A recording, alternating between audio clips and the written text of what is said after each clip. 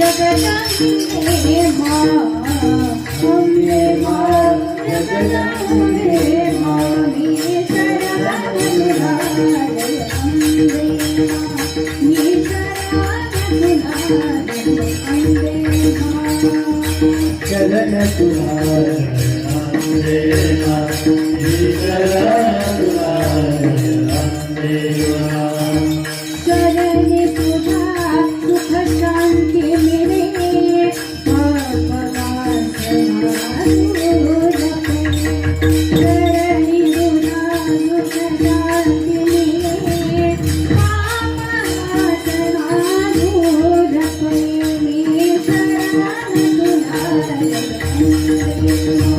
मी शरण तुला अम्बे मां. चरण तुझा अम्बे मां, मी शरण तुला अम्बे मां, मी शरण तुला अम्बे मां. देवीला सुद्धा तेच आवडतं. नवरात्री सुंदर मैबाप चालू आहे. नवरात्रीमध्ये हा सप्ताह आपल्या गावात सुरू आहे. केवढा अनमोल भाग्य आहे महाराज, ठीक आहे ना. आणि तर काही लोकांचा वेळ हा वेगळ्या मार्गाने निघून जातो, परंतु गावात नवरात्रीत हा सप्ताह चालू असावा हे तुमचं आमचं परम भाग्य आणि पुण्याचं कार्य म्हणायला हरकत नाही महाराज. म्हणून 9 दिवसामध्ये जेवढं नामस्मरण होईल तेवढं नामस्मरण करण्याचा प्रयत्न करा. एक वेळी तुम्ही साड्यांचा कार्यक्रम आयोजित करण्यापेक्षा तुम्ही फक्त चित्त कसं रोज शुद्ध होईल याचा विचार करा.